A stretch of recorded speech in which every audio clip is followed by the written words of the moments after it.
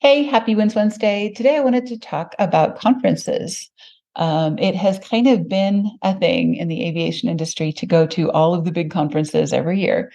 And I think COVID kind of made a nice break with tradition so that we can maybe take a step back and think about, of course, Gulfstream did not go to NBAA this year, and there's been a lot of talk about that.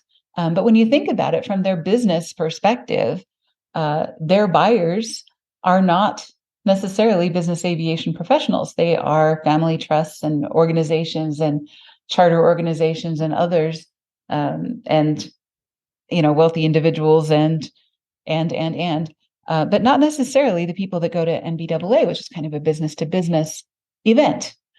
So maybe it's not the best fit for them, and maybe they do better with private events or other events or smaller events. So you can think about that as well. It's not as much of a stigma as it used to be to stop going to one of the big conventions. Now, of course, if you get a great ROI every year from an event, then of course you want to continue to do that. We've kind of figured out that our sweet spot is about 4 conferences a year. We've had some clients that are always coming or going to or from a conference, and they don't really have time to do them well. They don't have time to plan. They don't have time to be rested and 100% energy and everything else while they're there. They come home exhausted. They don't have time or energy to do the follow-up. All of those things happen when you do too many conferences and you spread yourself too thin. You also spend way too much money, and it's really hard to get an ROI on spending that amount of money.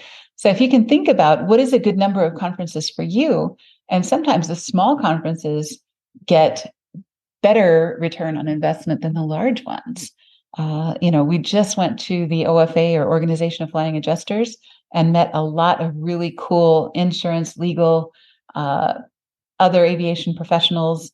And we got to spend 3 days together with somewhere between 30 and 40 people. So it wasn't a huge conference, but we got to know each other really well.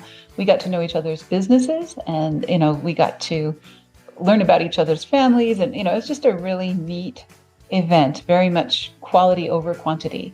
And, we were really happy about that.